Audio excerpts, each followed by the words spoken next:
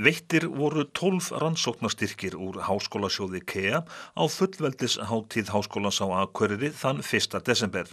Úthlutað hefur verið úr sjóðnum 13 sinnum og var heildarupphæð styrkja í ár 4,5 milljónir króna. Frá því upphafleg samstarfsyfirlýsing KEA og Háskólans á Akureyri var undirrituð hefur verið ráðstafað nærri 85 milljónum króna. Þóroddur Bjarnason við Hug- og vísindasvið Háskólans á Akureyri fær 400.000 krónur til verkefnisins byggðaþróun í alþjóðlegu ljósi. Við höfum verið svolítið föst í því að hugsa byggðaþróun á Íslandi sem vöxt höfuðborgarsvæðisins og hnignun landsbyggðarinnar. Og það auðvitað ekki þannig að landsbyggðin sé einhver einsleitur massi, að þróun gríðarlega misjöfn og til dæmis getum við sagt að við horfum á svæði svona í 100 km fjarlægð frá Reykjavík, að það það svæði á landinu sem að vex hraðar en höfuðborgarsvæðið og þar kannski kemur saman að það annars vegar fyrir þá sem að búa á þessum svæðum að þeir hafa notið góðs af vexti höfuðborgarsvæðisins, bara eins og sjávarþorp myndi njóta góðs að það aflaðist vel.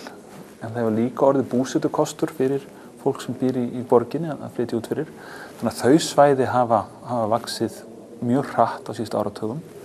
Hér á Norðurlandi að þá getum við sagt að vöxtur Akureyrar og Eyjafjarðarsvæðisins hefur verið, vöxtur Akureyrar svipaður kannski eins og á höfuðborgarsvæðinu, aðeins minni.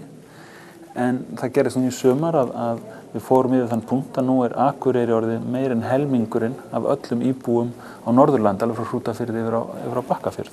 Þannig að þetta gríðarlega misjafnt og þetta ekkert einsdæmi, þetta ekkert bara bundið við Ísland. Við festum svolítið í því að við séum einhvern veginn alveg einstök. En víða það þannig að svona smáborgir og svæði umhverfis þær, svona á bilinu 10 til 40, 50.000 manns, að það eru þau svona byggðaform þar sem vöxturinn hefur verið mestur víða, til dæmis í bæði Bandaríkjunum og víða í Evrópu. En þú ætlar að rannsaka byggðaþróun í alþjóðlegu ljósi. Þú talar gjarnan þannig að landsbyggðirnar á Íslandi séu margar, en útlöndin eru líka margar. Útlöndin eru mörg og það er svo sem ekki til neitt land sem er eins og Ísland. En hins vegar eru kannski allir standar hafin fyrir því sama að annars vegar ertu með einhverja byggðastefnu, það hvernig byggði að þróast og svo ertu með byggðaþróun sem kannski ekki endilega eins. Og þá getum við aftur tekið eins og Kragan í 100 km fjarlægð frá Reykjavík, að það var aldrei nein stefna að það svæði skyldi vaxa hraðast á landinu, það bara gerði það. Þannig að það skiptir mjög miklu máli þegar að verður að móta byggðastefna, menn átti sig á svona þessum hreyfilegum málum. Hvað það sem keyrir áfram byggðaþróunina? Þannig að stefnan geti þá, menn sé þá að reyna að stýra þeirri þróun sem að eiga sér stað, frekar heldur en að reyna að kannski vinna gegn einhverju svona dýpri þróun í samfélaginu. En þegar við ætlum að mæla hvernig nokkur að vegna í byggðaþróuninni, hvað eðlileg byggðaþróun? Það til dæmis þegar fólki fjölgar bara jafnt í öllum landshlutum? Þá allt normal? Það hefur aldrei verið þannig, það verður aldrei þannig. Ég held að fjölbreytnin í byggðamálum skiptir mjög miklu máli. Ég held að við getum sagt, ef við tökum til dæmis Eyjafjarðarsvæðið, það eitthvað markmið að hér verði 200.000 manns í framtíðinni?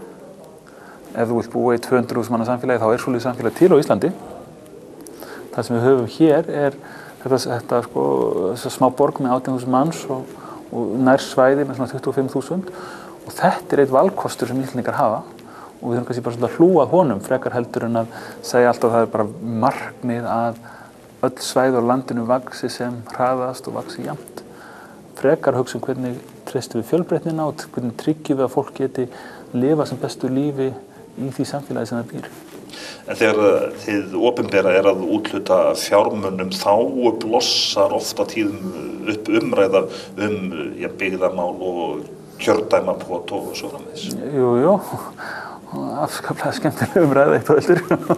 Svona eins og hún verður oft að við getum tekið sem dæmi þegar menn fara að rífast eitthvað eins og segjum Vaðlaheiðargöngin að þá er oft horft mjög þröngt á það og menn segja bara nákvæmlega hversu margir bílar munu fara Það síður horft á það þannig að segja við erum með svæði í kringum Akureyri, svona miður Norðurlandi, svona 45 mínútna fjarlægð frá Akureyri sem að Siglufjörður komin inn á núna, Húsavík mun koma inn á með Vaðlaheiðargöngunum og það auðvitað styrkir Húsavík, það styrkir líka Akureyri, þetta ekki þannig eitt græði og annað tapar, að það með því að þétta samfélagið að þá skapast möguleikar bæði í stærri byggðarlóðunum og minni byggðarlóðunum. En þetta einhvern veginn umræða sem drukknar alltaf í deilum nákvæmlega hversu hátt veggjald sé raunhæft eða nákvæmlega hversu margir bílar verða á ferðinni eftir 2 ára. Þóroddur segir að umræðan byggðamál snúist gjarnan mjög þrönga hagsmuni þess sem tekur til máls hverju sinni.